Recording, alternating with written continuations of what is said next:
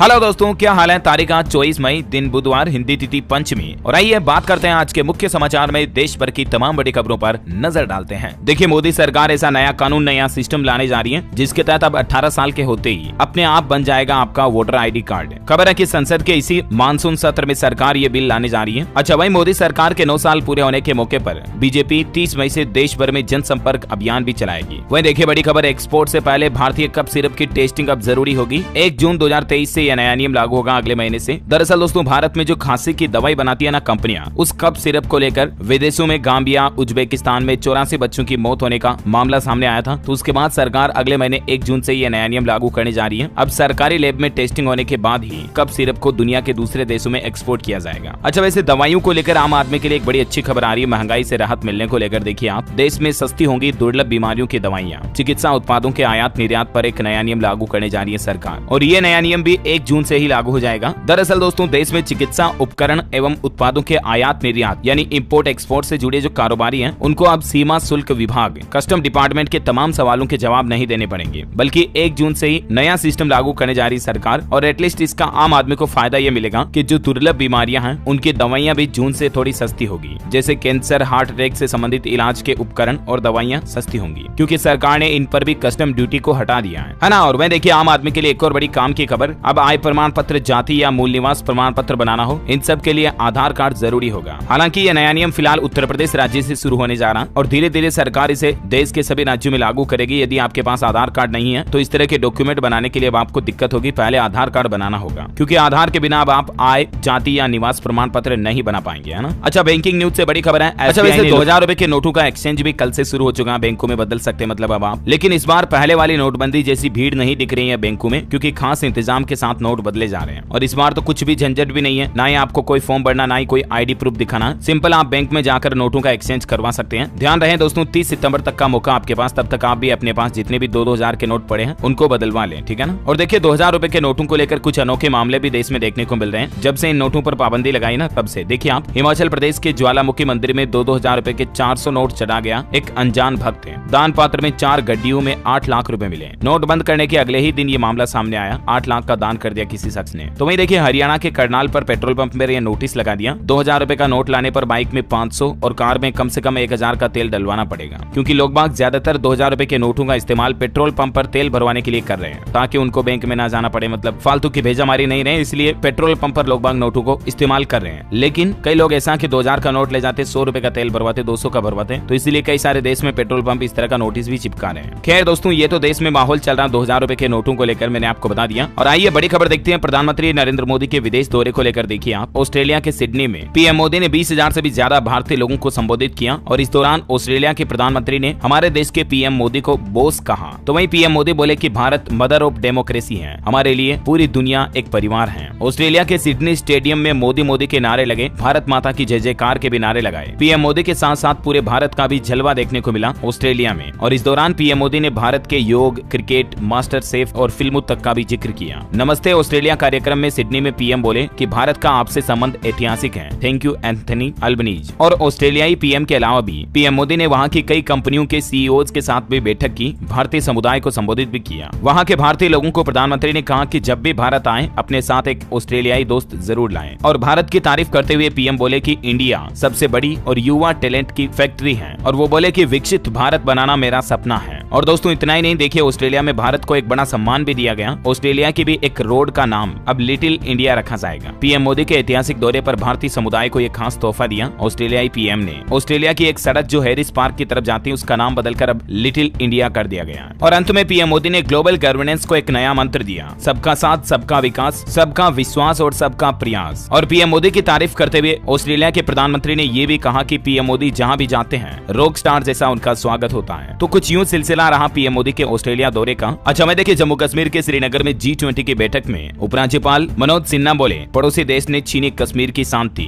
बिलावल भुट्टो ने कहा, भारत की अकड़ बढ़ रही है। G20 की सफलता को देखकर आखिरकार पाकिस्तान बौखलाया। बिलावल भुट्टो बोले, जो कि वहां के विदेश मंत्री हैं, पाकिस्तान के ये, उन्होंने कहा कि अंतर्राष्ट्रीय समुदाय ने भारत की बर्बरता पर मूंद ली आंखें। और इतना ही नहीं, देखिए दोस्तों, अब तो जम्मू को फिल्म सिटी बनाने की तैयारी भी कर रही है केंद्र सरकार। कश्मीर को विदेशी निर्माताओं के लिए नई रणनीति भी बनाई जा रही है। मतलब जैसे मुंबई में फिल्म सिटी है ना, वैसे ही कश्मीर में भी फिल्म सिटी बनाई जाएगी 10 किलोमीटर के दायरे में, है ना। बिजली बिल को लेकर उत्तर प्रदेश के मुख्यमंत्री योगी आदित्यनाथ सरकार ने बड़ी घोषणा कर दी है। अब बिजली की समस्या पर उपभोक्ता ले सकेंगे मुआवजा। योगी सरकार ने आदेश भी जारी कर दिया और नया नियम लागू कर दिया पूरे उत्तर प्रदेश में। अब अगर कहीं पर भी कम बिजली आई या बिजली के किसी काम में देरी हुई, जैसे बिजली की समस्या ठीक करने में वगैरह, तो उपभोक्ताओं को मुआवजा दिया जाएगा। कम बिजली मिली यानी कि बिजली कटौती हुई तो उपभोक्ताओं को 20 रुपए प्रति घंटे के हिसाब से मुआवजा दिया जाएगा उत्तर प्रदेश में। और इतना ही नहीं, देखिए यूपी में अयोध्या को देश की पहली सोलर सिटी बनाने की ओर भी काम तेज चल रहा है। मुख्यमंत्री योगी के ऐलान के बाद से इस काम में और तेजी आ दोस्तों मात्र 2 दिन में ही 30% से भी ज्यादा चढ़ा अडानी एंटरप्राइजेज कंपनी का शेयर। और स्टॉक में इतनी बढ़ोतरी के बाद गौतम अडानी अमीरों की लिस्ट में शानदार वापसी भी कर चुके हैं। एक ही दिन में उनकी नेटवर्थ 77,000 करोड़ रुपए बढ़ी। वही खबर है कि एप्पल सप्लायर कंपनी विस्ट्रॉन ने भारत में आईफोन बनाना बंद कर दिया। प्रॉफिट नहीं होने के कारण ये कंपनी अपना बिजनेस टाटा ग्रुप को की तरफ देखिए आप। अब राजस्थान के सभी जिलों में 5G नेटवर्क पहुंच चुका है। जियो ने प्रदेश के 144 शहरों और कस्बों में 5G सेवा शुरू कर दी है। वहीं राजस्थान के मुख्यमंत्री अशोक गहलोत 29 मई को बाड़मेर आएंगे, यहां आम सभा का आयोजन करेंगे। अच्छा, मध्य प्रदेश के मुख्यमंत्री शिवराज कैबिनेट की मीटिंग में कई बड़े फैसले लिए गए, जिसमें देखिए निवाड़ी के लिए 100 पदों का सृजन किया गया और साथ ही संविदा कर्मचारियों की नियुक्ति के नियमों में भी बदलाव किया गया। लेते हैं देखिए दिल्ली NCR समेत देश के 27 राज्यों में बारिश की चेतावनी। 4 राज्यों में ओले भी गिर सकते हैं। बेंगलुरु और हुबली में भी जोरदार बारिश हुई, ओले गिरे। अगले 4 दिन बिहार और पश्चिम बंगाल में तेज हवाएं चलेगी। मध्य प्रदेश और छत्तीसगढ़ में भी बारिश की संभावना है। राजस्थान में भी तेज बारिश के साथ कई जगहों पर ओले गिरे और अभी भी 60 किलोमीटर की स्पीड से आंधी आने की चेतावनी भी है। अगले 3 दिन ऐसा ही रहेगा मौसम। राजस्थान के धौलपुर के बरौली गांव में देखिए 5 महिलाओं के ऊपर बिजली गिर गई, जिसमें सभी झुलस गई। 3 की हालत काफी नाजुक है। तो वहीं बिहार में भी वज्रपात से 6 लोगों की जान चली गई। मृतकों के परिजनों को नीतीश सरकार ने 4-4 लाख रुपए का मुआवजा देने की भी घोषणा की है। अच्छा, यूपी में देखिए जालौन, सिद्धार्थनगर, कुशीनगर में बारिश, ओले गिरे। यूपी के 20 जिलों में अभी भी आंधी बारिश का अलर्ट है। 25 मई से 16 दिन गर्मी भी पड़ेगी। हिमाचल प्रदेश में भी ऑरेंज अलर्ट जारी। शिमला में जबरदस्त ओलावृष्टि भी हुई। स्काईमेट वेदर की रिपोर्ट के मुताबिक अगले 24 घंटों के दौरान पश्चिम बंगाल, पूर्वोत्तर भारत और केरल के कुछ इलाकों में हल्की मध्यम बारिश हो सकती है। वहीं गिलगित बाल्टिस्तान, मुजफ्फराबाद, लद्दाख, जम्मू कश्मीर में भी बारिश की संभावना है। पंजाब, हरियाणा, दिल्ली, उत्तरी राजस्थान, पश्चिमी उत्तर प्रदेश में भी धूल भरी आंधी चल सकती है। कुछ और राज्यों में बारिश की चेतावनी जानकारी आप देख सकते हैं। और देखिए दोस्तों, अंतरराष्ट्रीय 300 रुपए की गिरावट के साथ अभी सोने का रेट 60,000 रुपए प्रति 10 ग्राम चल रहा है, जबकि चांदी में 660 रुपए की गिरावट हुई और चांदी का रेट 72,880 रुपए प्रति किलो